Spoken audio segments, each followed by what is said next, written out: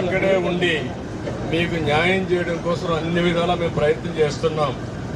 ఇప్పుడే కొంతమంది పెద్దలు చెప్పారు, ఒకటి గత ప్రభుత్వం చేసిన పాపాలు. ఆ పాపాల్లో మీరు ఒకసారి చూస్తే ఏదైతే అక్కడ గండి పడడానికి కారణం గండి పడ్డాయి, గండి పూడ్చలేదు. అందుకనే ఏదైతే గండిలో పూడ్చలేదో దానివల్ల నీళ్లన్నీ వచ్చి నేరుగా మీ ఊరి మీద పడిపోయినాయి. అదే కానీ ఆ గండ్లన్నీ పూడ్చుంటే మనకి ఇబ్బంది వచ్చేది కాదు.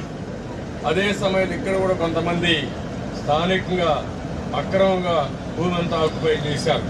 కాలువల్ని, డ్రైన్స్ని, లేకపోతే బుడమేరు పూర్తిగా ఆక్రమించేశారు. అక్రమ కట్టడాలు కట్టుకున్నారు, రిజిస్ట్రేషన్ చేసి అమ్మేసుకున్నారు కూడా. దానివల్ల నీళ్లు పోయే పరిస్థితి లేదు. ఇవన్నీ కలిసి మీకు ఎప్పుడో పడిన వర్షాలు పడ్డాయి, నీళ్లు కూడా విపరీతంగా వచ్చాయి. ఒక పక్క నేచర్ ప్రకృతి మన పట్ల చిన్న చూపు చూసింది. దానికి తగినట్టు పాలకుల పాపాలు, గతంలో చేసినటువంటి తప్పులు మనందరికీ శాపాలుగా మారి 9 రోజులు మీరు నీటిలో ఉన్నారు.